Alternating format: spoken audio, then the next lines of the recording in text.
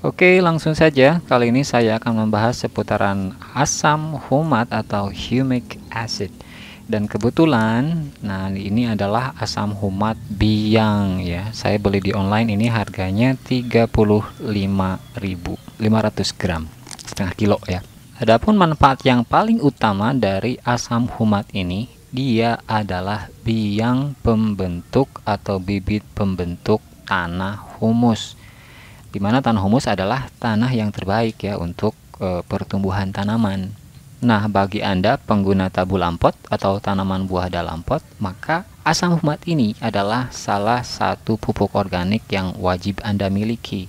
Karena mungkin tanah yang Anda gunakan sebagai campuran media tanam itu hanya tanah biasa, dan proses humifikasi atau proses dekomposisinya tidak mungkin terjadi, karena humus itu sendiri kan terjadi karena proses pelapukan dedaunan, lalu batang pohon atau akar-akar pohon yang sudah tua lalu diuraikan oleh mikroorganisme atau bakteri pengurai dan menjadikan tanah humus. Prosesnya biasanya terjadi secara alami, dan mungkin ini tidak mungkin terjadi pada media tanam yang ada di tabu lampot Anda. Jadi asam humat atau biang pembuat tanah humus ini wajib Anda miliki demi kesuburan tabu lampot Anda.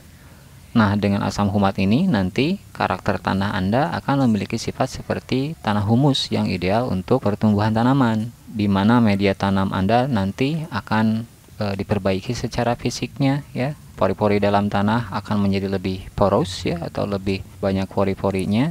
Namun meskipun begitu, karakter asam humat dia akan mengikat unsur mikro dalam tanah. Jadi dia tidak akan gampang tercuci oleh air hujan ya, si pupuknya atau si nutrisinya. Lalu si asam humat juga bisa merangsang pertumbuhan mikroorganisme yang baik ya, yang menguntungkan di dalam tanah, menormalkan pH tanah, mencegah erosi dan kepecahan tanah, lalu mengikat racun dalam tanah ya, menggelapkan warna tanah sehingga dia lebih bagus untuk menyerap radiasi matahari. Nah, warna gelap itu yang menyerap tanah, itulah kenapa pot kebanyakan warnanya hitam ya, karena dia akan menyerap radiasi matahari. Lalu meningkatkan proses fotosintesis dan menghijaukan klorofil. Klorofil emang hijau ya, dan segudang manfaat lainnya. Yang jelas, asam humat ini dia akan memperbaiki struktur tanah menjadi ideal. Untuk cara aplikasi sendiri, di sini tertulis ya, ini mungkin untuk lahan besar ya, 1-2 kg per hektar, lalu lahan kritis 3-5 kg per hektar. Ini caranya dikocor ya, jadi dicampur dalam air. Ini dia 500 gram, dia bisa dicampur dengan 500 liter air, lalu disemprotkan atau disiramkan ke permukaan tanah. Lalu asam humat juga bisa digunakan untuk perendaman bibit ya. Jadi biji-biji bibit dia juga bisa direndam menggunakan asam humat ini selama 24 jam.